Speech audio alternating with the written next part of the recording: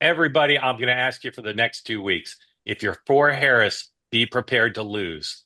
If you're for Trump, be prepared to lose. Everybody needs to be prepared to lose because there's only going to be one winner.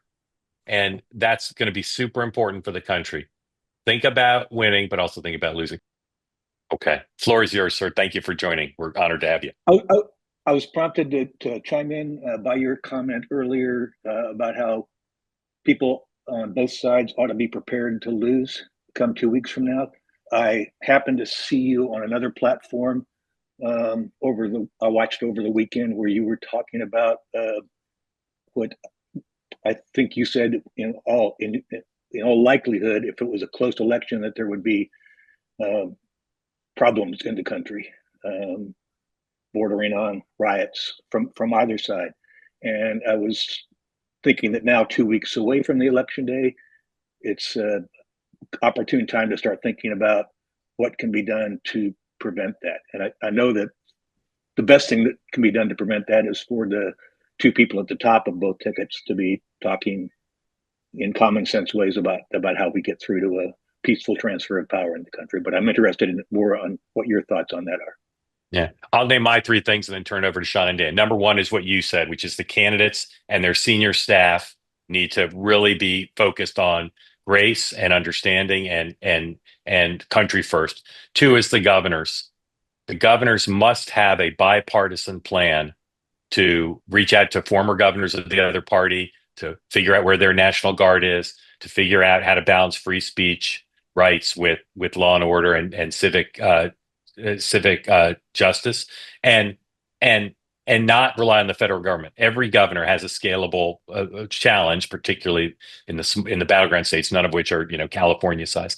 And then lastly, it's up to all of us. It's up to every citizen to not inflame things on Twitter, to not inflame things in their workplace.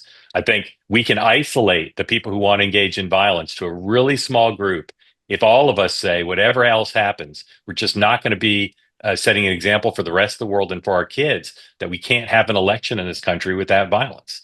And I think that the strength is in the 98% of the country that has no interest in that whatsoever. But those voices have to not be silent. They have to speak out. So rather than just not going on X and inflaming it, go on X and tamp it down, regardless of whether your candidate wins or not. Those are my three things. Dan. Yeah, no, I think you said it well. I think, I look at people like Brian Kemp in Georgia last time who, spoke up in defense of his state, even at his own peril. And I believe that most people will ultimately, when push comes to shove, do the right thing. And I think, look, the other part of this is, as a Democrat, I remember this well in 2000. When you have a race that is super, super, super, super close, let's hope it doesn't come down to a few hundred like Florida, any sort of irregularity out of 7 million vote cast then gets painted as the whole entire system is corrupt, right? As opposed to just, okay, 0.0001% had, an issue. So I just hope that good people do the right thing. Yeah, hopefully, I think some of the changes that have been made since 2020 to allow greater integrity and transparency in the process will help. So let's hope that we don't need to get there.